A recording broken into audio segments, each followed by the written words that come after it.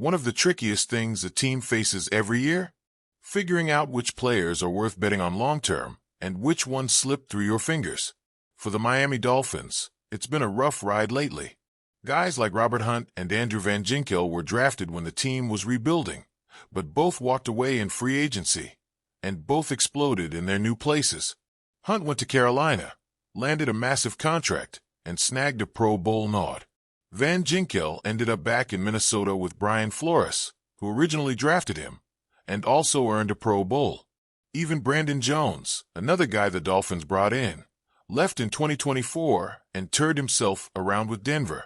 But right in the middle of all that chatter about the ones who got away, there's a twist. The name that loomed largest among the exits the Dolphins watched? Christian Wilkins. And strangely enough, he's the one Miami might have dodged. Let's rewind. Wilkins was the crown jewel in 2023. He nearly doubled his career sack total. He was a wrecking ball against the run. He was a perfect mix of pressure and control. The Dolphins attempted to lock him down, but both sides hit gridlock in talks.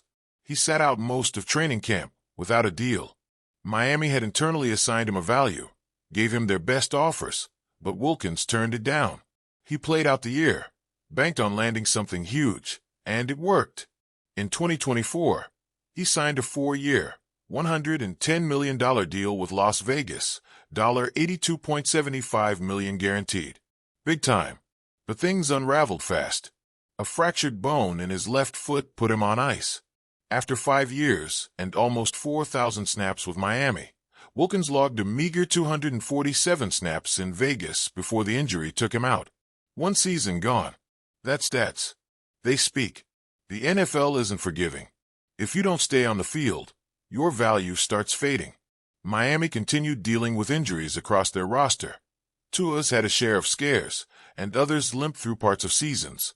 And here comes Wilkins, paid like a superstar, yet sidelined early. Rehab began.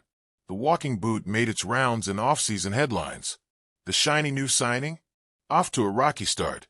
Now, you can almost hear the thinking in the Dolphins front office. You want $27.5 million per year? You want to play hurt? We're good. It really seems like Miami stuck to their guns and got lucky. Wilkins injured. Fine by them.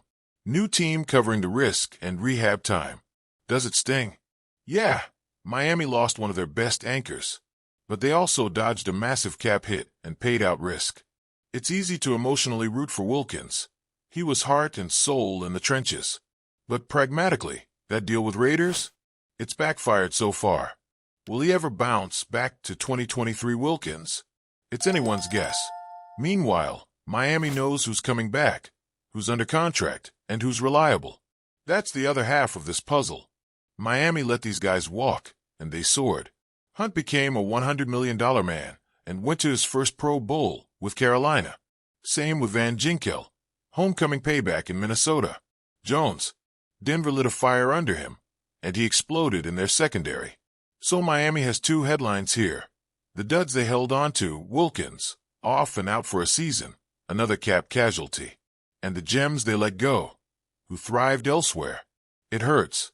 With every big-name departure, the spotlight swings back on Miami's evaluation strategy.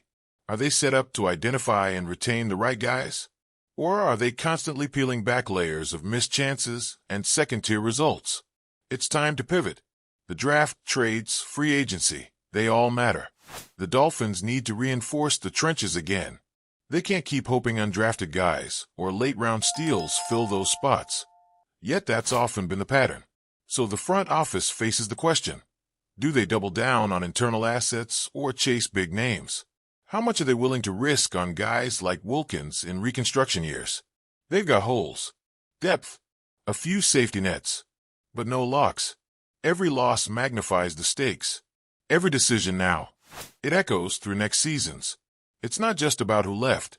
They've got to soundproof their defense for more exits, from injuries, from emotional roller coasters.